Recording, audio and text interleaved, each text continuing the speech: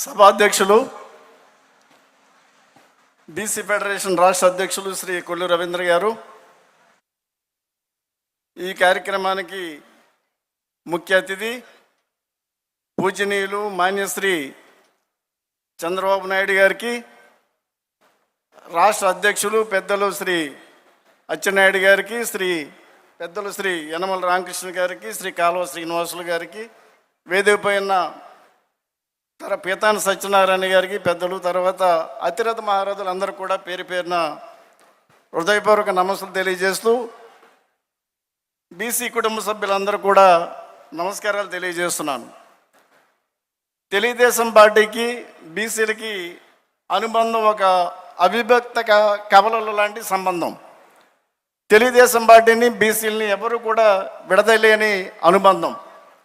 మనం మొదటి నుంచి కూడా చూస్తున్నాం. స్వర్గీయ నందమూరి తారక రామారావు గారు పార్టీ స్థాపించిన నాటి నుంచి కూడా బీసీల యొక్క అభివృద్ధి ఎదుగుదలంతా కూడా తెలుగుదేశం పార్టీతోనే జరిగిన విషయాన్ని మీ అందరి దృష్టికి తీసుకొస్తున్నాను. ఎందుకంటే నాయకత్వం అంతా కూడా తెలుగుదేశం పార్టీతోనే ఎదిగింది. ఆ రోజున మనం చూసాము.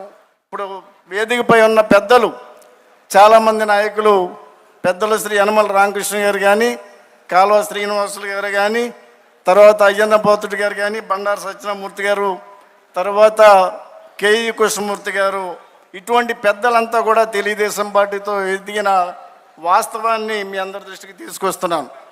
తెలుగుదేశం పార్టీలో ఎప్పుడు కూడా బీసీలు స్వర్ణయుగమే.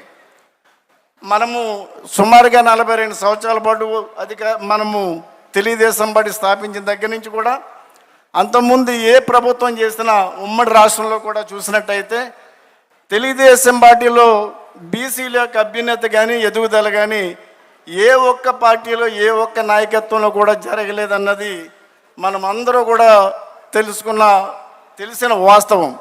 మరి ఒక 5-6 పాయింట్లు మీ దృష్టికి తీసుకొస్తాను. ముఖ్యంగా ఒకటి ఏంటంటే, ఒక రాజకీయ ప్రాధాన్యత అనేది తెలుగుదేశం పార్టీతో వచ్చింది.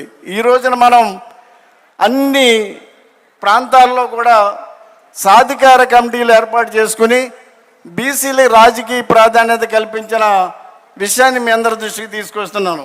దీనికి నారా లోకేష్ బాబు గారి కృషి ఎంతైనా ఉంది. ఆ రాజకీయ ప్రాధాన్యత మనం ఎప్పటికీ కూడా మరువలేం.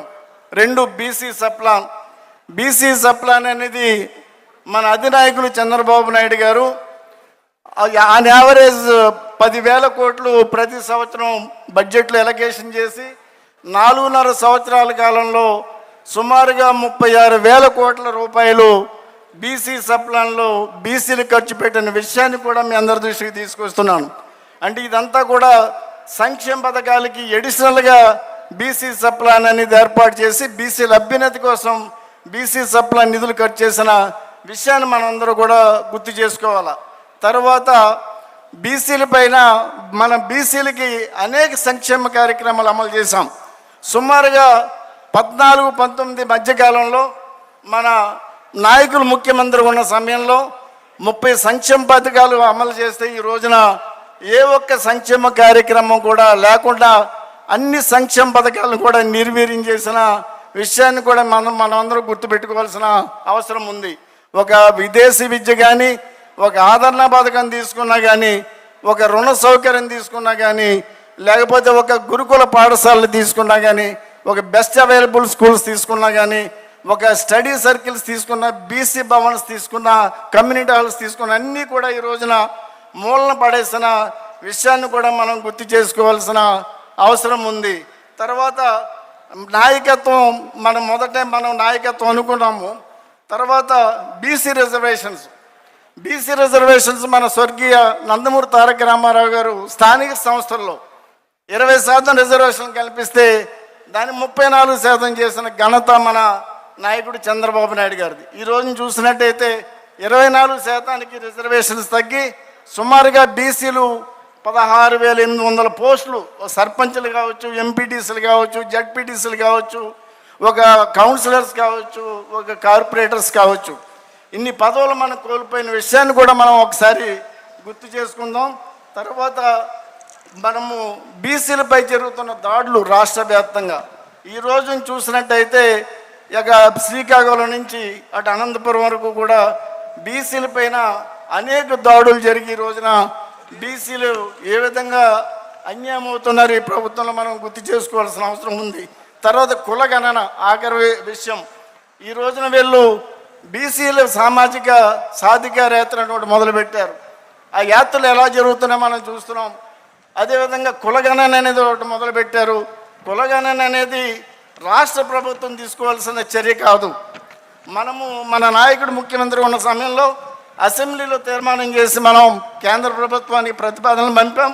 ఈ రోజున వీళ్ళు కులగణన అని చెప్పి మళ్ళీ బీసీలు మోసం చేయడానికి ప్రయత్నం చేస్తున్నారు. నేను మన బీసీ కుటుంబ సభ్యులందరికీ సోదరులందరూ కూడా తెలియజేస్తున్నాను. మనం జోనల్ సమావేశాలు జరుపుకున్నాం, అదేవిధంగా పార్లమెంట్ సమావేశాలు జరుపుకున్నాం.